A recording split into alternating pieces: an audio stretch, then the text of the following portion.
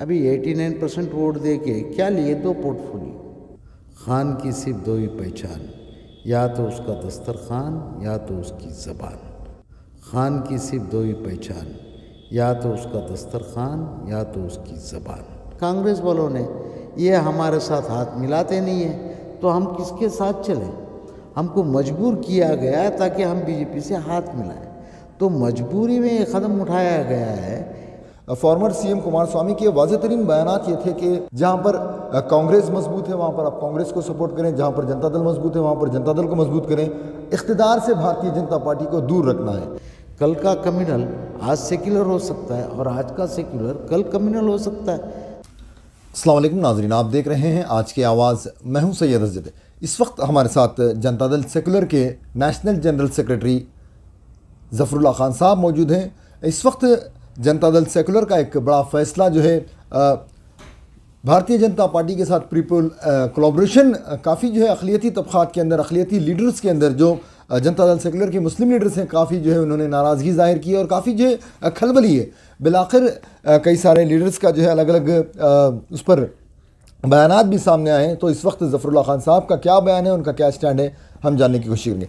Sir, Bharatiya Janata party के जो है सख्त खिलाफ अक़लियती तबक़ात नज़र आता है और अक़लियती तबक़ात के ख़िलाफ़ भारतीय जनता पार्टी नज़र आती है। काफ़ी माइनॉरिटी लीडर्स जो है इस वक्त नाराज़गी का इजहार कर रहे हैं। खान साहब का क्या जो है स्टैंड रहेगा, क्योंकि कुमार स्वामी और देवेगौड़ा दोनों ही जो है भारतीय जनता पार्टी की हिमायत करते हुए नज़र आ रहे हैं। जी, जहाँ तक मेरा पर्सनल ज़फ़रुल्लाह खान से ताल्लुक़ है, अगर आपका ये सवाल ये है तो मैं अपना इरादे ज़ाहिर करने के लिए तैयार हूँ। जी, जिस टाइम में मैंने पार्टी में जमा था, देवेगौड़ा जी ने जब मुझे अपॉइंट किए थे, उन्होंने एक लंबी दास्तान सुनाई थी। देख ज़फ़रुल्लाह खान, मैंने इतने मुसलमानों को मेरे प्लेटफॉर्म से तैयार किया, मेरे साथ किसी ने भी रुका नहीं, हर कोई आगे बढ़ के चला गए, लेकिन मुझे पीछे छोड़ के गए। मैं तेरे से क्या उम्मीद रखूं, ये उनका सवाल था। तो मैंने एक ज़बान दिया था, मैं बोला देखिए सर, जब तक मैं सियासत में रहूँगा तुम्हारे साथ रहूँगा, मैं आपको ना धोखा दूँगा ना मैं बेईमानी करूँगा। तो ये मेरा वादा रहा। तो मैं अपने वादे के मुताबिक ऐसी टाइम पे कई तकरीरों में मैंने दावा किया, खान की सिर्फ 2 ही पहचान, या तो उसका दस्तरखान या तो उसकी ज़बान। तो यहाँ बात अभी ज़बान की आई। अगर मैं देवेगौड़ा जी को धोखा दे के जा रहा हूँ तो एक ज़फ़रुल्लाह खान नहीं जा रहा है, वो पूरी कौम को बदनामी आएगी। आखिर में कहेंगे कि कौम ही इस तरीक़े से है, तो मैं मेरे कौम को बदनाम होने का मौका नहीं दूँगा। सर, सवाल ये नहीं है कि फॉर्मर प्राइम मिनिस्टर देवेगौड़ा के साथ आप खड़े हैं या नहीं। सवाल यहाँ पर ये उठता है कि जब जनता दल सेकुलर जो है बीजेपी के साथ हाथ मिला रही है, तो इस वक्त जब रियासत कर्नाटक में इलेक्शंस चल रहे थे, फॉर्मर सीएम कुमार स्वामी के वाज़ेह तरीन बयानात ये थे कि जहाँ भी अक़लियती तबक़ात को वो मुखातिब करते, ख़ास तौर से अपना हुलिया भी जो उस वीडियो के अंदर उन्होंने अक़लियती तबक़ात का इख्तियार किया और उन्होंने वाज़ेह तरीन ये कहा, जहाँ पर कांग्रेस मजबूत है वहाँ पर आप कांग्रेस को सपोर्ट करें, जहाँ पर जनता दल मजबूत है वहाँ पर जनता दल को मजबूत करें, इख्तिदार से भारतीय जनता पार्टी को दूर रखना है। इस वक्त जो है ख़ुद अपने आप को इख्तिदार में लाने के लिए उन्होंने जिस तरह किया, तो इसको आप किस तरह से देखते हैं? जैसे कि आपने कहा कि कुमार स्वामी ने खुद कहा था और हमेशा मुसलमानों की पुश्त पे वो कुमार स्वामी और देवेगौड़ा दोनों खड़े रहे, और यहाँ तक की छूट दे दी गई पार्टी में कि ये कम्युनल फोर्सेस को दूर रखने के लिए तुम लोग जो कहते हैं ना जी, कि अपने आप को जो कांग्रेस पार्टी सेक्युलर कहती है, उस सेक्युलर के साथ जाओ तो भी एतराज़ नहीं। ये श्रीमान कुमार स्वामी का स्टेटमेंट था, मैं एग्री करता हूँ। इतना झुक जाने के बावजूद भी अंजाम क्या हुआ, क्या अंजाम आया, क्या फ़ैसला दिए मेरे कौम ने, कितना फ़ैसला दिए। इस कौम को सियासत में बटे रहना चाहिए, ना कि सारे के सारे एक ही तरफ जाके जमा हो जाना चाहिए। अगर हम कहीं एक तरफ जमा होते हैं तो हम लोग आपस में लड़ेंगे, आपस में हमारा हक बांटने की नहीं, जहाँ रामनगर में जो है जनता दल सेकुलर स्ट्रांग थी, तो बिल्कुल उन्हीं के बयान के मुताबिक जो है अक़लियती तबक़ात ने जो है रामनगर में जनता दल को साथ दिया है। क्या क्या क्या रामनगर के अंदर अक़लियती तबक़ात ने जो है कुमार स्वामी को साथ दिया है, जहाँ पर जनता दल मजबूत थी वहाँ पर साथ दिया है। रामनगर में कितना साथ दिए, तुम्हारे से बेहतर डाटा मेरे पास है। जो अगर निखिल कुमार स्वामी की अगर आप बात कर रहे हैं तो वो डाटा मेरे पास मौजूद है। वो सब ज़ख्मों को मैं खरोच नहीं चाहता। जब कोई सवाल आप मुझसे कर लेते हो तो मेरे से पूरा जवाब ले लो। जी आधा जवाब बेमानी होता है। जी मैं ये नसीहत कर रहा था, मैं ये समझाने की कोशिश कर रहा था कि कौम को चलो सारे के सारे एक तरफ जाके करेंगे क्या, आपस में लड़ेंगे, आपस में झगड़ेंगे। हम मुसलमानों का जो हक़ है, अभी 89% वोट दे के क्या लिए, 2 पोर्टफोलियो, वहीं झगड़ा बाकी है, तो कहीं और जाने का मतलब क्या। और रही बात जहाँ तक मेरी पार्टी का स्टैंड, देवे गौड़ा जी जब तक हैं, देवे गौड़ा जी एक सेकुलर लीडर हैं, उन्होंने उनकी सारी ज़िंदगी सेकुलरिज्म के तहत ही चले हैं, तो वो आगे भी वही कंटिन्यू करेंगे, यह हमारी उम्मीदें हैं और उन्होंने उम्मीद दिलाई भी है मुझसे। तो मैं एक मुसलमान हूँ, मैं मुसलमान होने के नाते मेरे कई मज़हब के क्रिश्चियन भी मेरा दोस्त है, हिंदू भी दोस्त है, सिख भी दोस्त है, बुद्धिस्ट भी दोस्त है। तो क्या मैंने मेरा मज़हब बदल लिया? नहीं, हम हमारे उसूलों की सियासत करेंगे। हम उनसे अलायंस किए, दोस्ती की है। हमने अपना मज़हब को नहीं बदला है, हमारे उसूलों को नहीं बदले हैं। हमारे अपने जो बनाए हुए उसूल हैं, हम लोग अपने उसूलों पे क़ायम रहेंगे। बाकी दोस्ती किसी से भी हो, वो वक्ताना दोस्ती है, ये सियासत है। सियासत में सुबह का बोला शाम को लौट आता तो उसको बोला नहीं बोलते। कल का कम्युनल आज सेक्युलर हो सकता है और आज का सेक्युलर कल कम्युनल हो सकता है। जब बाबरी मस्जिद डेमोलिश हो गई 1992 में, तो कोई जमात सामने आके नहीं, आगे पीछे हो रहे थे। उस वक्त शिवसेना छाती ठोक के आई थी कि हाँ हमने शहीद करवाए। ऐसे लोगों से जब कांग्रेस वालों ने अलायंस कर लिए, जब वो सेक्युलर, आज उद्धव ठाकरे जो है हम सेक्युलर बोल के घोषणा कर सकते, हो सकता कल को बीजेपी भी सेक्युलर बन जाए श्रीमान देवेगौड़ा के अखलाक सीखते हुए। तो हमको मजबूर किए कांग्रेस वालों ने, ये हमारे साथ हाथ मिलाते नहीं हैं, तो हम किसके साथ चलें। हमको मजबूर किया गया ताकि हम बीजेपी से हाथ मिलाएं, तो मजबूरी में ये कदम उठाया गया है।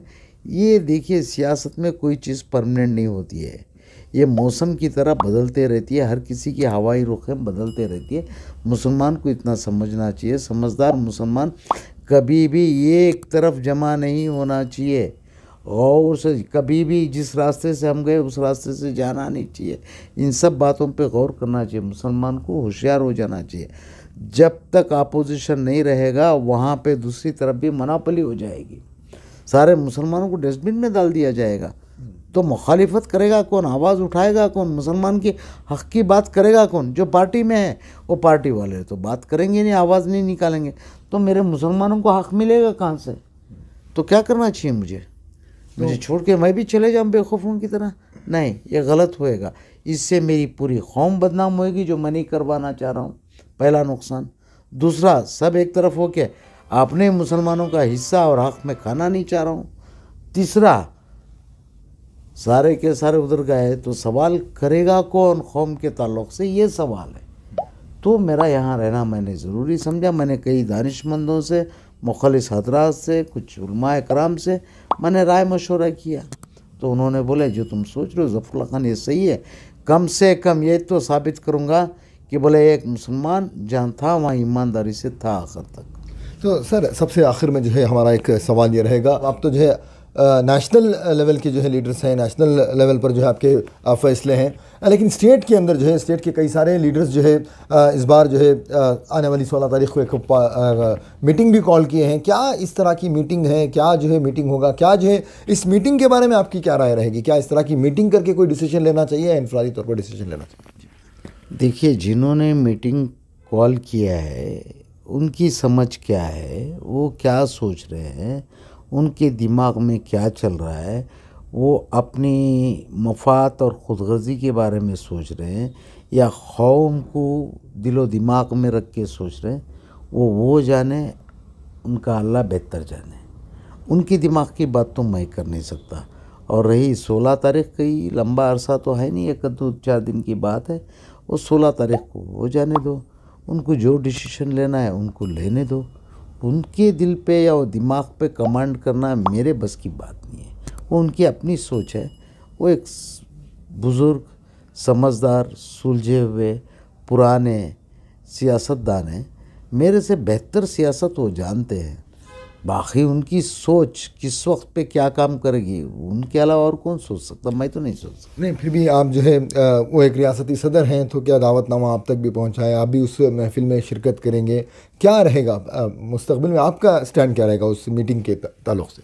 देखिए, मैं as a national general secretary, मुझे कोई कॉल दे सकते हैं तो श्रीमान देवेगौड़ा जी दे सकते हैं, क्योंकि वो पार्टी के प्रेसिडेंट हैं।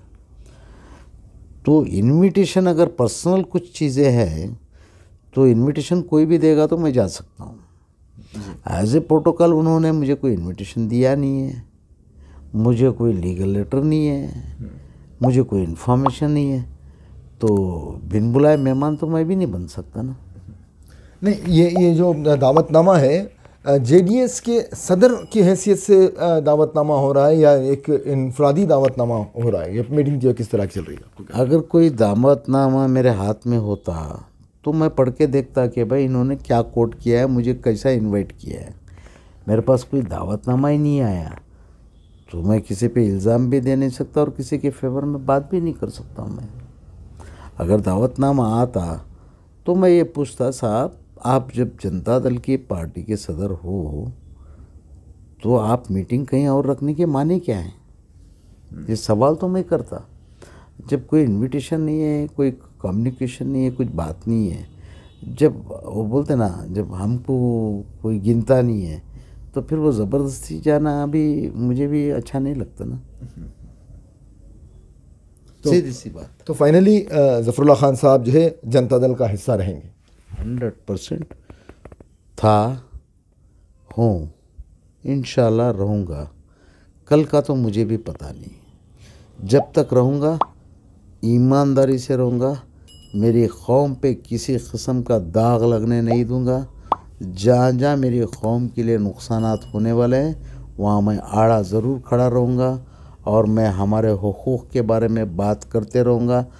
पार्टी में भी और मुखालिफ पार्टी के ऊपर भी सवाल दागते रहूँगा। यही फ़र्ज़ है मेरा बस।